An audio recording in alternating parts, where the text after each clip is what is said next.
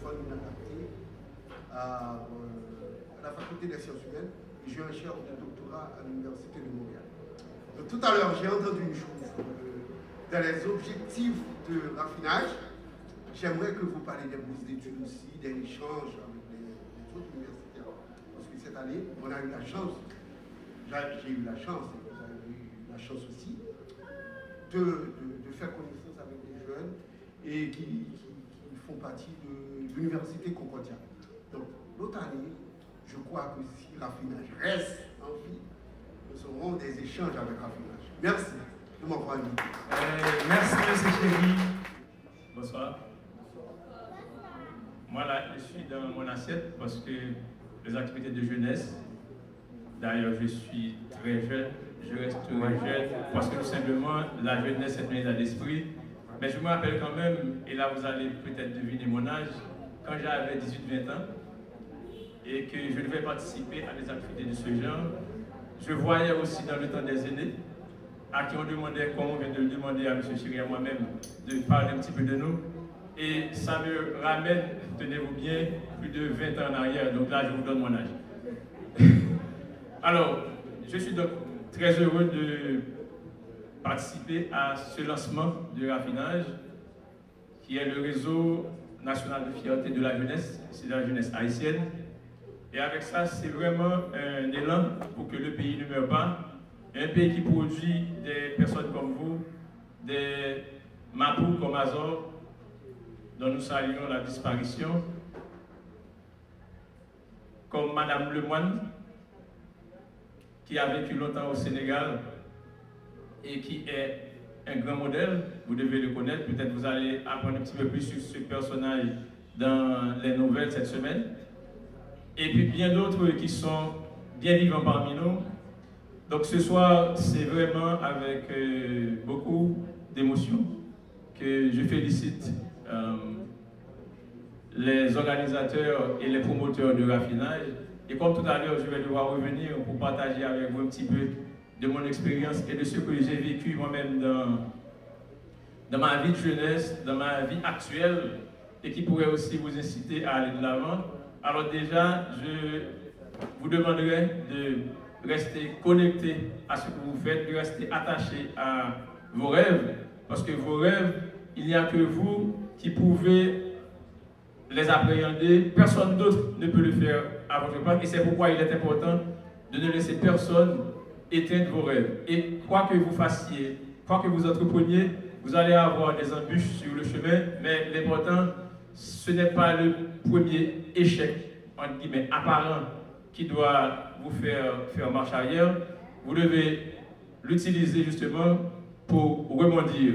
Et je vous dirai un petit mot de Pyrmès qui dit justement, le difficile, ce n'est pas de commencer, mais c'est de recommencer.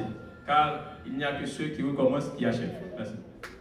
Nous avions contacté M. Desrivois parce que, effectivement, M. Desrivois s'était vraiment disposé à nous recevoir. Parce qu'il est touché par la question des droits d'auteur. D'ailleurs, c'est le directeur haïtien des droits d'auteur, du bureau haïtien des droits d'auteur. Il a posé le problème des droits d'auteur. Et nous avions compris, nous autres du raffinage, pour aider les jeunes, notamment les jeunes artistes, il faut faire respecter les droits d'auteur. C'est fort malheureux de voir que par devant du palais national, on voit des copies d'isolants, des copies de textes des jeunes. Je pense qu'on a choisi de l'autre côté, mais l'autre côté devant pas sont atteints à droit en soi. Et le raffinage contre ça.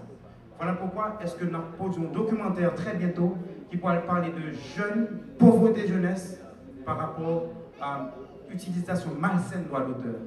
Il faut dire aussi bien, Antoine, parmi tous les directeurs que j'ai connus, le directeur est beaucoup plus accessible. Oui.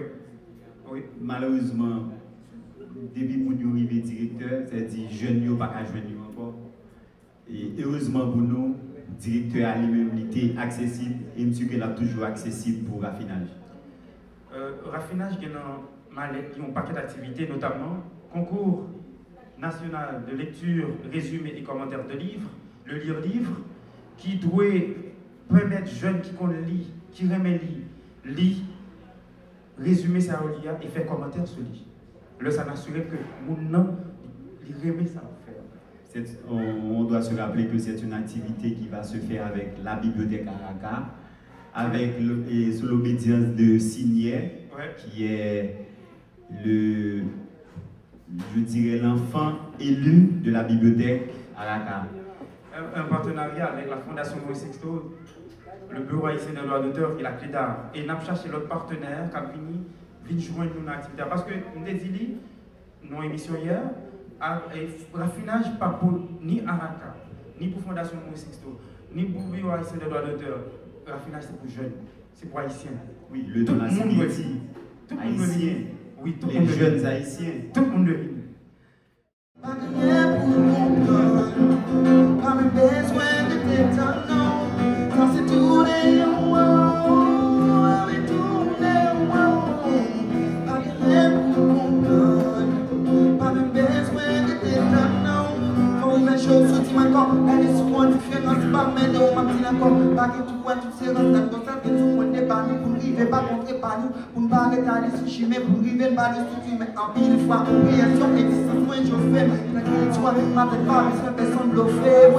Parce que l'envoi la vie te comprendre. Car t'es commandé pour qu'il se sente mauvais. Tourner en rond, pas que rien pour comprendre. Pas mes besoins de t'étonner. Ça c'est tourner en rond, tourner en rond. Pas que rien pour comprendre. Pas mes besoins de t'étonner. Non, j'ai tourné.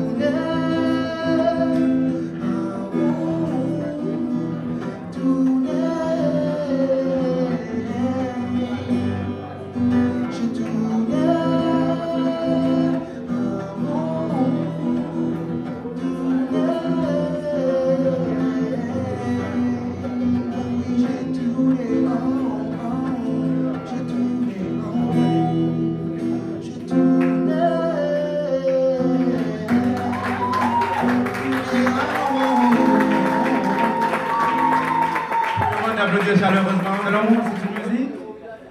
Je dois vous dire honnêtement, nous sommes sur le point de rechercher des sponsors parce qu'on va produire nos artistes et on va les enregistrer au Bureau haïtien des droits d'auteur et on va surveiller les voleurs également. Quand tombé sous l'eau, bloc tombé dans l'eau, moi prends coup dans l'eau. Oui, quand tombé sous l'eau, bloc tombé dans l'eau, moi prends coup dans l'eau. Oui,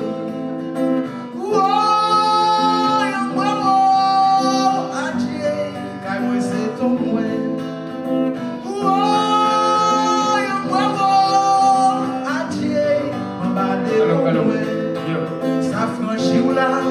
C'est pas sans voix, c'est pas sans comme des pompes au sein.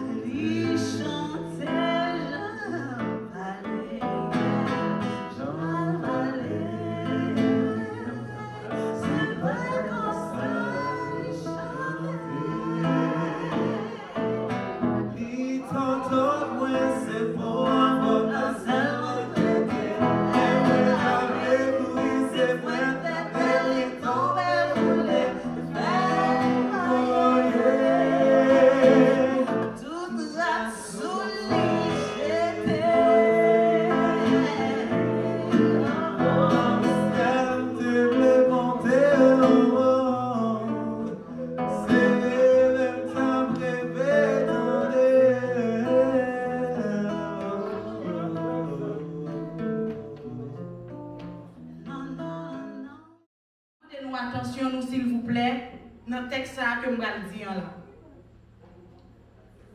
Professionnalisation. Privatisation. Mondialisation. Militarisation. Globalisation. Élimination. Colératisation. Les experts cacatois internationaux, les kamikazes onusiens et gouverneurs magouilleurs gouvernementaux sont entrés, portant au ventre leurs bombes à retardement, déversant au fleuve de leur tibonite des tonnes de leurs richesses diarrhéiques qui déshydratisent les assoiffés de paix et de justice haïtiens. Au début même de l'épidémie, soit à 7 000 atteints de cette pandémie, le gouvernement se dit avoir contrôle du choléra. Mais à 10 000 morts aujourd'hui, ils deviennent tous des rats. Les experts cacatois internationaux démocratisent la diarrhée par la voie des eaux et privatisent les origines des recherches du fardeau. Choléra. Ou entrer dans la bouche, ou passer sous langue pour gagner innocent. Ou koudou tout son jeune enfant, ou à nous faire van l'odiria dans Bunda. Mais choléra, qui compte au sorti? Qui est-ce qui est invité? Qui monde qui vient avec vous? À l'arrivée, choléra, il y a ça, à l'arrivée, choléra. Mes amis, même si nous n'avons pas une vraie réponse, mais nous comptons qui j'en pour éviter. C'est laver nous à traiter de l'eau dans le bois. Et s'il faut se entrer, nous bois c'est au moral à dans CTC. Choléra pas dans caca. Si nous lancez nous prenons le caca. Et ce n'est pas n'importe caca. Ensemble avec moi, dit qui caca? Caca de l'eau. Oui. Merci, merci. Donc, moi, c'est que c'est seulement un parler de choléra. C'est précaution pour nous parce que c'est pas ça qu'on appelle, j'en ai dit, l'autre encore. Et nous allons finir. Et cette fois-ci, nous prenons présidente de raffinage là, qui est pour la laisser ce mot de circonstance. Et ensuite, nous avons fini avec musiciens qui vont acoustiquer à parler. Chers amis,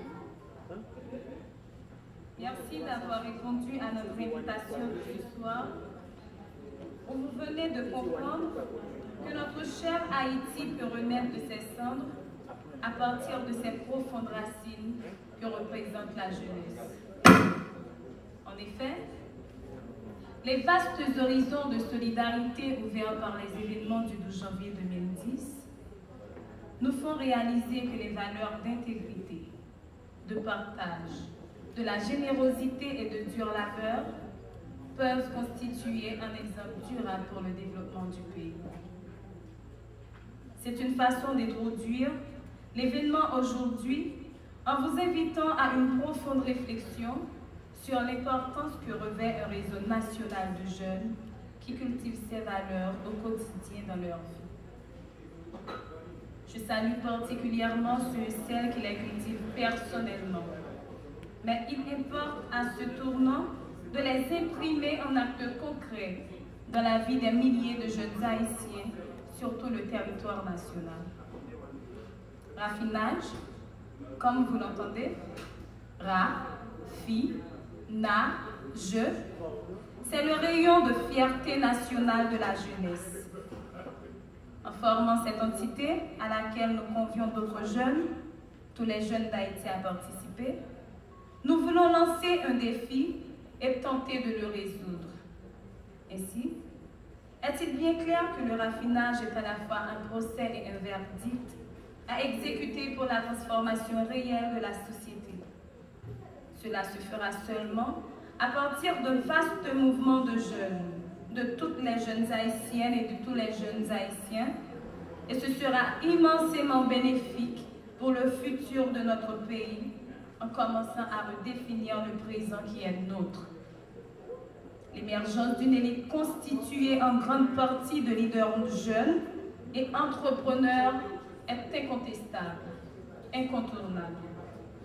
Le sous-développement n'est pas un quelconque ordre naturel inexorable. Il s'agit de l'exécution d'une série de choix contradictoires, de programmes ne tenant vraiment pas compte des exigences de la modernité, exécutés le plus souvent par des gens animés de bonne volonté, mais souvent privés de formation adéquate. Le raffinage, rayon de fierté nationale de la jeunesse, ambitionne à regrouper des jeunes des 4 coins du pays en vue de recouvrir la véritable expression de leur fierté et du même coup, lever le défi historique qui se dresse devant nous, à savoir sauver notre pays Haïti. Je suis sûre et certaine que ce mariage entre culture et entrepreneuriat ouvrira la voie du changement. Jeunes garçons, jeunes filles, levez camper, parce que Haïti parle.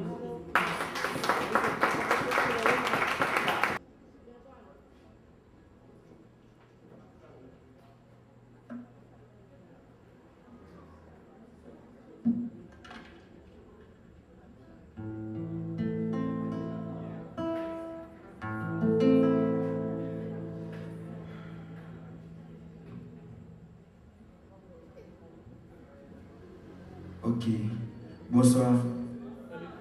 Bonsoir mon boy ici. Ok, c'est vrai que je un peu de monde devant moi, je ne vais pas mentir, je suis vraiment fier de nous. Je suis vraiment fier du fait que je suis assis ensemble avec nous.